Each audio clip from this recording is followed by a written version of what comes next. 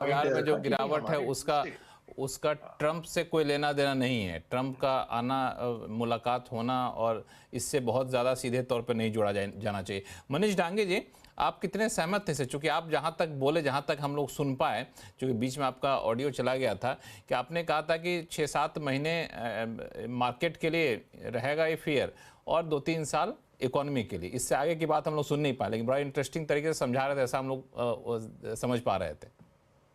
नहीं दे मार्केट के लिए इसलिए शॉर्ट टर्म में हो जाएगा क्योंकि जो महापंडित लोगों ने इंडिया के लिए एक एक्सेप्शनल स्टोरी वीव की थी वो अनवाइंड हो रही है। एक रूटीन इकोनॉमी को आप अगर ओवर सेल कर दें तो उसका आफ्टर इफेक्ट्स जो तो प्ले आउट होता है वो इस प्ले आउट। ओवरसेल में, इस ओवरसेल के झांसे में एफआई भी आ गए क्या? ना ना ना, एफआई पिछले 10 सालों से इंडिया में पैसे नहीं लगा रहे हैं, है ना। पिछले 10 सालों से टोटल एफआई आप 2000 से 2012-13 का पैसा लगा के देखिए, एफआई अमूमन 3%, 2.5% मार्केट कैप का। आपके शो पे और आपसे पहले पिछले 2 सालों में कई बार बोल चुका हूँ, फिरंगियों को नहीं इंटरेस्ट है। इंडिया एक अच्छा अच्छा। देश है। हम एक अच्छी 5.5-6% की ग्रोथ इकोनॉमी है। 9-10% का नॉमिनल जीडीपी ग्रोथ करते हैं। एक एक्सेप्शनल बूम आया था प्रॉफिटेबिलिटी में कोविड के बाद में, वो एक वन ऑफ था, वो अनवाइंड हो रहा है। और वही आज मार्केट में प्ले आउट हो रहा है। कुल मिलाकर के 3 साल की इतनी मेहनत मशक्कत के बाद में 8-8.5% का कैगर बना है।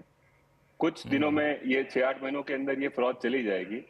कुछ लोग जो बड़े एक्साइट होकर के सर्कस में गुजरते हैं वो बाहर चले जाएंगे और फिर वापस से मार्केट में वही रिटर्न बनने लगेगा। तो मेरे ख्याल से वो ये ओवर सेल का अनसेलिंग हो रहा है। जहां तक ट्रम्प का इकोनॉमिक इंपेरेटिव की बात है, मैंने ये कई जगह लिखा है कि इसका इम्पैक्ट थोड़ा लंबा रहने वाला है।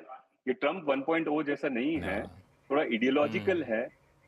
तो वहां उस देश की प्रॉब्लम दूसरी है। वो पिछले 100 सालों से विश्व पे राज्य कर रहा है और आज एक बहुत ज्यादा अच्छी सी प्रोबेबिलिटी बनी है कि वो चाइना उसको, उसकी हेजेमनी को क्रॉस कर देगा या ऑलरेडी क्रॉस कर चुका है। न सिर्फ मैन्युफैक्चरिंग में बट टेक्नोलॉजी में भी। ऑलमोस्ट हर एडवांस टेक्नोलॉजी में चाइना अमूमन बराबर है। अब वो बायोटेक हो जाए, एआई हो जाए, रोबोटिक्स हो जाए, तो उस चक्कर में आज जो अंतिम हथियार है यूएस का, वो ये है कि किसी तरीके से अनसेटल करो मार्केट को, हर जगह से इकोनॉमीज को अनसेटल करो। तो मेन, हम सब तो छोटे मोटे पिद्दे हैं, कोलैटरल डैमेज है। जो मेन अटैक है वो चाइना पे है और उसके आफ्टर इफेक्ट हम सबको पिछले अगले 3-4 साल तक इकोनॉमी में झेलने पड़ेंगे। मार्केट में टेंशन नहीं है, मार्केट 6-12 महीने में ये सब, जिसको बोलते हैं ना कि लौट के बुद्धू घर के आए, वो हो जाएगा। उसके बाद में फिर से एक अच्छा माहौल बनेगा जिसके अंदर बहुत मंदी वाली लोग बात तब करेंगे, लेकिन मार्केट 6-8 में फिर महीने से का रिटर्न बनेगा। तो 6-8 बार-बार होता महीने है। का होप तो 6-8 महीने का होप तो आपने जगाया। यहाँ तो लोगों को लग ही नहीं रहा था, पता नहीं ये सेलिंग कब रुकेगी। लेकिन आपने जो बात की बड़ी इंटरेस्टिंग। हाँ, नहीं 6-8 महीने का होप का मतलब ये नहीं है। देखिए, दो तरह से अब है ना, बाहर भागने, कई लोग क्या करें कि बाहर जाओ उसकी भगदड़ बचाने की कोशिश कर रहे हैं। ये ऑलरेडी गाड़ी उस ट्रैफिक में फंसी हुई है। अब इन्वेस्टर को हमारे इस शो पे अब ये बात करने का महत्व नहीं है कि अब आप निकलो यहाँ से, अब रुको, अभी अब 6-12 रुको महीने यहाँ। रुको, चीजें ठीक हो जाएगी। और यहाँ से ऐसा नहीं, मैं, मेरा व्यू तो आपके दर्शकों को अच्छी तरह से पता है 1-1.25 साल से। लेकिन अब ये एक responsible citizen of the market रहने का के लिए मेरा दायित्व है कि ये नहीं बोलूं मैं अब कि अब यहाँ से भागो, क्योंकि सिस्टम कभी भी किसी को एग्जिट नहीं दे सकता। आपने दबा के माल लिया है पिछले 1-1.5 साल 2 सालों में, जैसे कि इस रात की कोई सुबह नहीं, वैसी हालत में अब उल्टी होगी थोड़ी बहुत। लेकिन अब रुकने का समय है। अब किसी सिस्टम लेवल पे हम एग्जिट नहीं दे सकते, इसलिए ये कॉल नहीं दे सकते इस शो से हम लोगों को, अब निकल लो यहाँ से, अब चुपके नहीं, से बिल्कुल। बैठे रहो, अब 5-10 है तो सालों अब में रही। अच्छा रिटर्न बनेगा। हाँ, हाँ, अब है तो रहिए, 5-10 साल तक अच्छा रिटर्न बनेगा। ये था कि जो उतार चढ़ाव आना था वो तो अब धीरे धीरे अब स्थिति शायद समान होती जाएगी। लेकिन एक जो बात आपने कही वो हम लोग भी नोटिस कर रहे थे। सुनील सुब्रमण्यम साहब, इन्होंने बड़ा अच्छा कहा कि ट्रंप के साथ जो है पूरे दुनिया पे दबदबे का जो उसका जो ये था, दबदबा था, वो एक तरह से खतरे में आ रहा है। इसी वजह से भी अनाप शनाप चीज़ें कदम उठा रहा है। और ये हम लोग देख भी रहे हैं, जितने भी घोषणाएं की गई ट्रंप की तरफ से, हम क्या करेंगे, अमेरिका क्या करेगा, इसकी घोषणाएं कम हुई हैं। दूसरों को किस तरह से उंगल करें, उस पर कैसे डंडा चलाएं, उसकी घोषणाएं ज्यादा, दूसरा हमारे घर में ना घुसे, उसकी कोशिश ज्यादा हो रही है।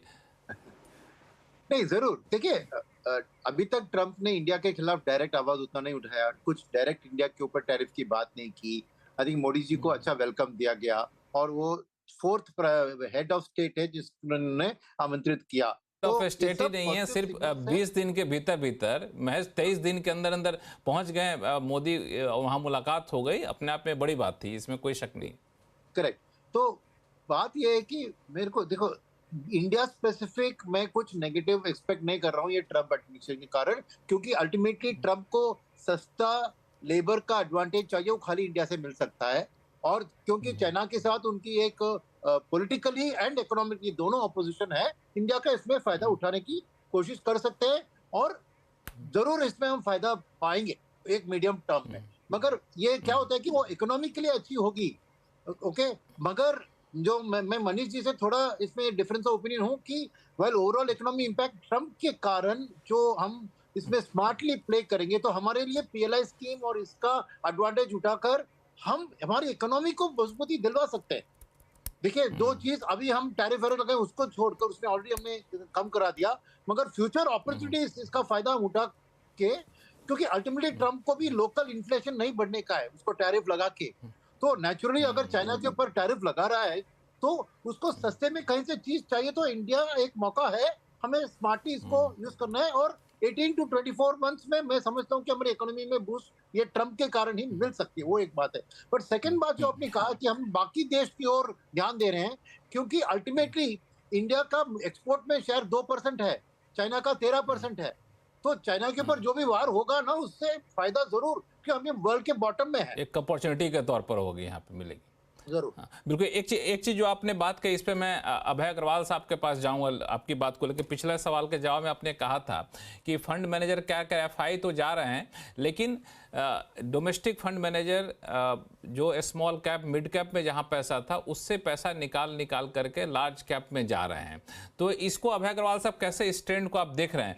एक मतलब आपसे अगर इस फैक्ट के साथ क्यों लेके अपने दर्शकों को कुछ कहना चाहे तो क्या सजेशन दिया जा सकता है?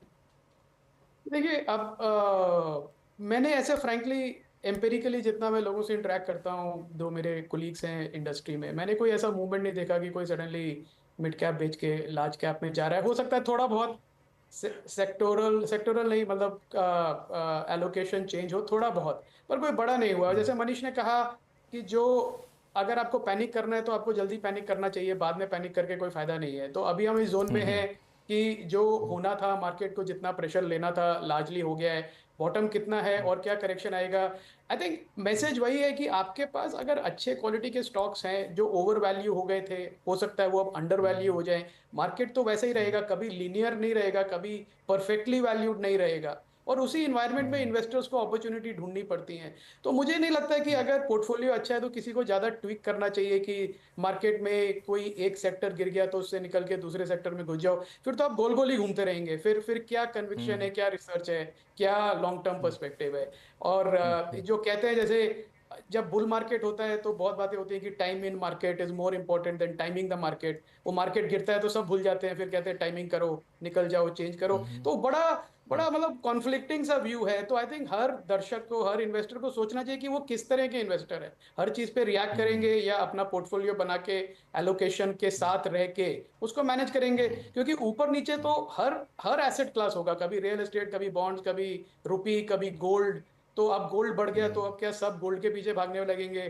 तो मुझे लगता है कि अगर इन्वेस्टर्स को, और मेरे जो कुलीग फंड मैनेजर्स हैं, सब जितना मेरा इंटरेक्शन है, पैनिक नहीं है, ना कोई ज़्यादा चर्न है।